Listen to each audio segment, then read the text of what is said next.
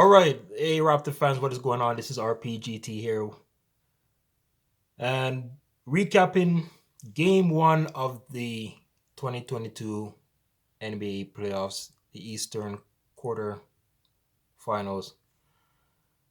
So, I gotta say, if you do not know the history of this Raptors organization teams from 2014, you should know by now that usually Game Ones, the Raptors always come up on the short end. And no surprise here, Raptors taking on the Sixers. The Sixers winning this one 131 to 111, a total blowout for the Sixers at home. It was expected that they were going to come out strong and give it all from first to the fourth quarter. And there's pretty much to talk about in this one here.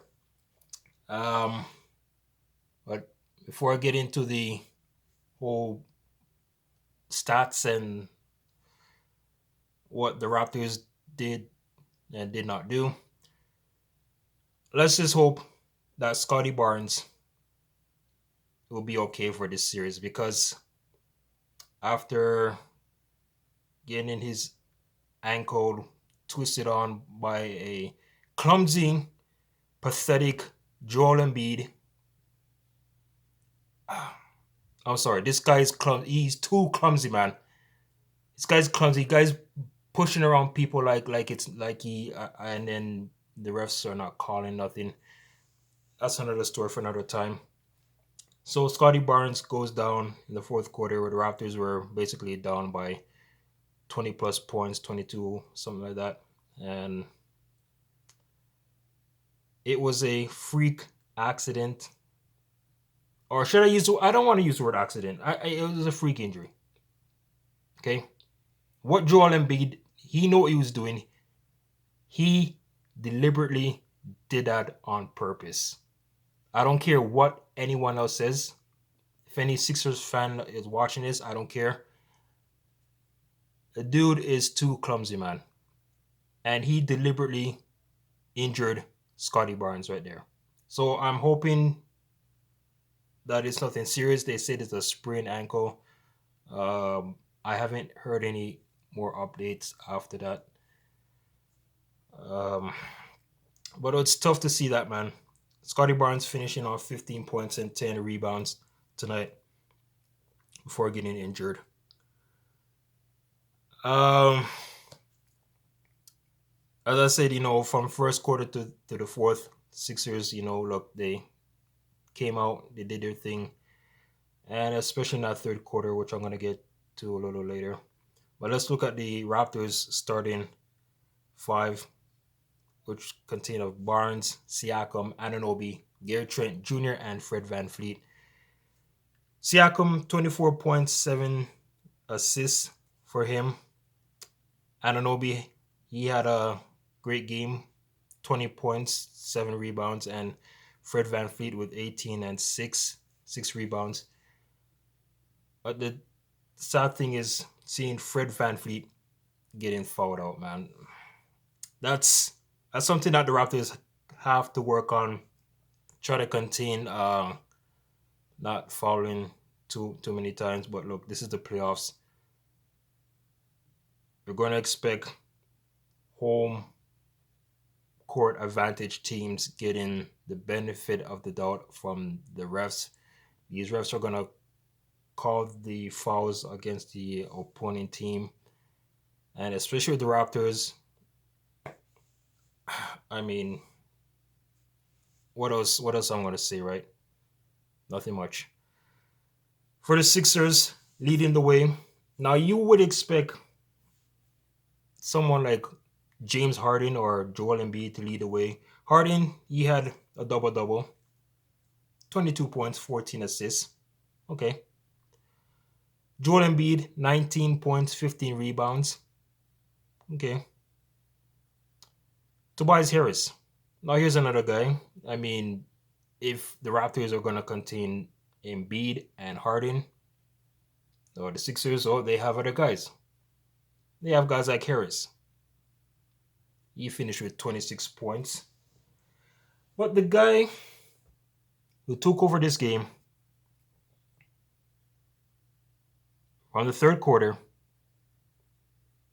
right on, Tyrese Maxey. Tyrese Maxey, 38 points, 38 points, sorry. 14 for 21 from the field. This guy was just blowing by players, shooting threes. He was doing it all. He took over the game from the third quarter, and it seemed like the Raptors defense had no answer for this guy. The game plan, we're trying to stop Embiid and Harden. I guess it worked a little bit. I mean, not too much. Both of them combined for, let's see, 19, 22, combined of 41 points. And Tyrese Maxey had 38 alone to lead all scorers in game one. So, not only that, with Maxey taking over the game, Barnes injured, Thaddeus Young got injured as well, finger injury. If Barnes is injured out of this series for the Raptors, this is going to look ugly. This is going to look ugly. And game two, whoever gets to start for game two, I'm thinking it might be Precious Achua or Chris Boucher. But if the Raptors do not win game two, then I'm calling it. I know it's hard to say this, and I'm not saying I'm not doubting myself that the Raptors cannot beat the Sixers team. I know they can, but if the Raptors are down 0-2 after Monday night, headed into game three for, I believe game three is Wednesday, then I don't know. I really don't know what else to say, but let's just hope for the best.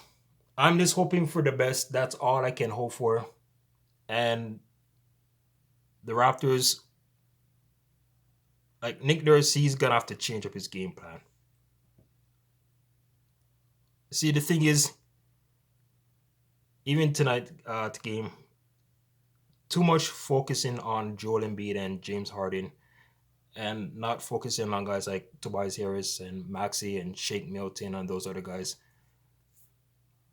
Look, I might not be smart on this on here, but if I'm Nick Nurse,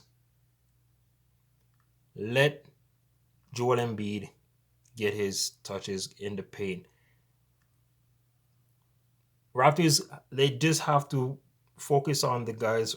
Stop letting guys open on threes and on other parts of the court. Okay. The strategy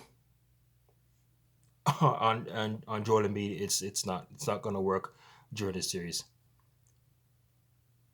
And you would have think throughout this season series between these two teams, where the Raptors won 3 out of 4, that playoff time come, it doesn't matter. That's what I said before in my preview. Season series does not matter, man. The playoffs are a different type of atmosphere, and coaches are going to make adjustments. And Doc Rivers made adjustment.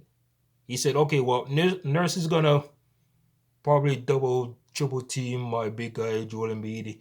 He's going to have guys switch out on Harden, leave other guys open. That gives us enough space for other shooters to get a shot. And look, I'm not surprised. Not surprised. And if Nurse is smart, Nurse is gonna think, okay, you know what? I see what's going on. We're gonna have to change up things here. So as I said, let Embiid get his 30, 40, whatever points and 20, 30 rebounds if he wants. Let him do his thing. Because once you double, triple, quadruple, or send out the whole 5 players try to guard him, he's going to kick it out and find the open shooter. Whether it's Danny Green, which, look, Danny Green is Danny Green. This guy had 2 points tonight. James Harden. And even if you try to double, triple team James Harden, he's just going to do the same thing too. Sixers have shooters. Raptors have shooters too. Okay? Raptors have shooters. Look, even Gary Trent Jr., I did not mention. This guy only had 9 points. This guy had an awful night tonight. If Fred VanVleet never got fouled out, maybe this game would be a little bit closer. I don't know. But it was over from the third quarter. So that's my game plan for game 2. Okay? And as I said, look, it's the history of this Raptors team, man. No, I mean not the team, but the playoff teams from the past. From 2014, game 1, lose. Game 1, lose. First round, game 1, lose. Just like 2019. Raptors lost. But I mean, that game was close. That was a close game because remember, Orlando won by 3 on what's this guy name? DJ Augustine 3. Tonight, this game 1, Raptors lost by 20. Could have been worse. They could have lost by 30 plus points tonight, man. But usually, game 2, the Raptors, they always find a way to bounce back. Game 2s are like the Raptors' motivation. Game 1s are like kryptonites. Game 2 is like a different whole situation. But right now, I am just concerned with Scotty Barnes. And if this was the Sixers' game plan before this series started, congratulations, Doc Rivers and the Sixers organization. Congratulations. You know what you're doing. You know what you're doing because you know that the Raptors will beat you this series. So how do you send a message to try to stop the Raptors? Let Embiid be his clumsy self, injured players, and get away with it without the refs seeing anything. You guys did a great job. Congratulations, Sixers. Doc Rivers, you did a great job. All right. Those are just my words. You could say anything what you want. I don't care.